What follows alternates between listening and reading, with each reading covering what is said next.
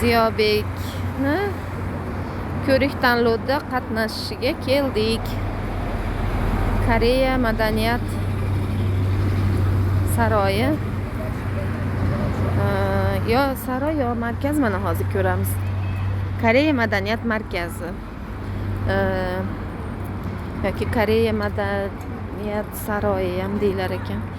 Bu yerda hozir qozog'istonlik tashkilotchilar tashkil qilgan xoreografiya bo'yicha, musiqa instrumentlari bo'yicha ko'rik tanlov. Mana Faridaxon bilan gullar oldik.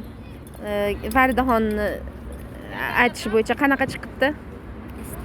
Ha? Estetik chiqibdi mana. O'g'lim.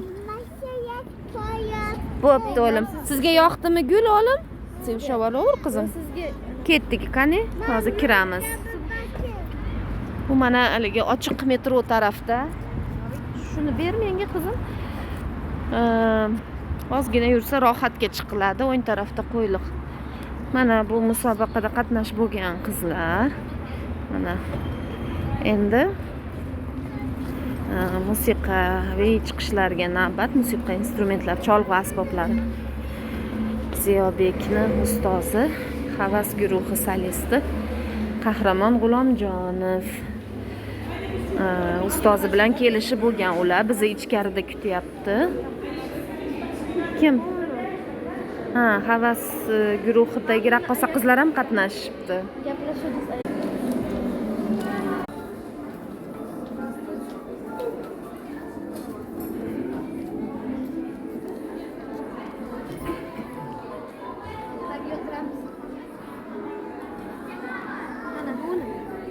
Akamikan? Yo'q.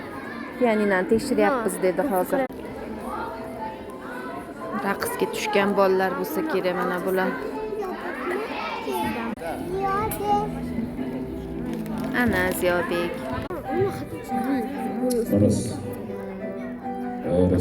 Просьба освободить сцену. Мы должны продолжить конкурс. Спасибо за понимание. Доцент, просьба освободить сцену. Мы начинаем конкурсные прослушивания. Благодарим за внимание и понимание.